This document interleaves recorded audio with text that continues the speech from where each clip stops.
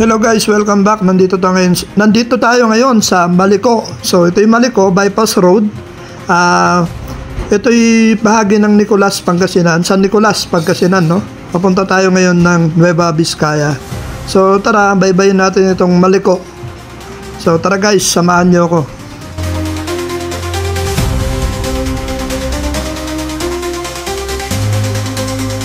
At ito nga guys, makikita niyo yung mga magagandang tanawin, no? Pag kayo'y nagawi dito sa Maliko Bypass Road, yan, ang ganda, oh. So maraming liko-liko rito, kaya delikado ang daan, lalo na pag umuulan, tsaka pagka medyo gabi na, masyadong hazard kasi medyo madilim sa parteng yan, no? So ingat-ingat lang mga paps sa pagmamaneho, no?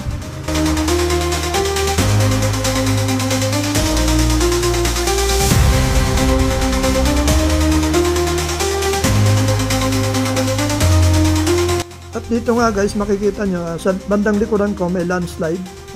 Yan ang iniilagan natin, lalo ngayon, maulan.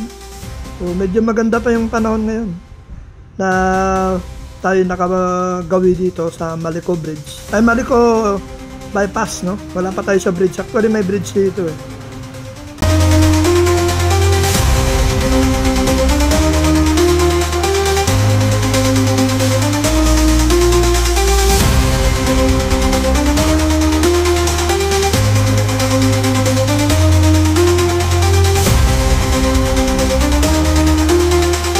Ayan nga guys, sulit nga naman ang dumaan dito, no? Bukod sa nakaka-adventure o nakaka-challenge yung mga daan, napakaganda pa ng view. Ayan, ninyo mapapansin.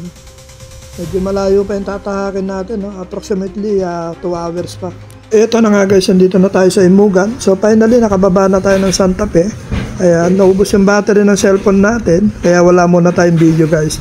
So hanggang sa muli guys, salamat sa panonood sa aking munting video.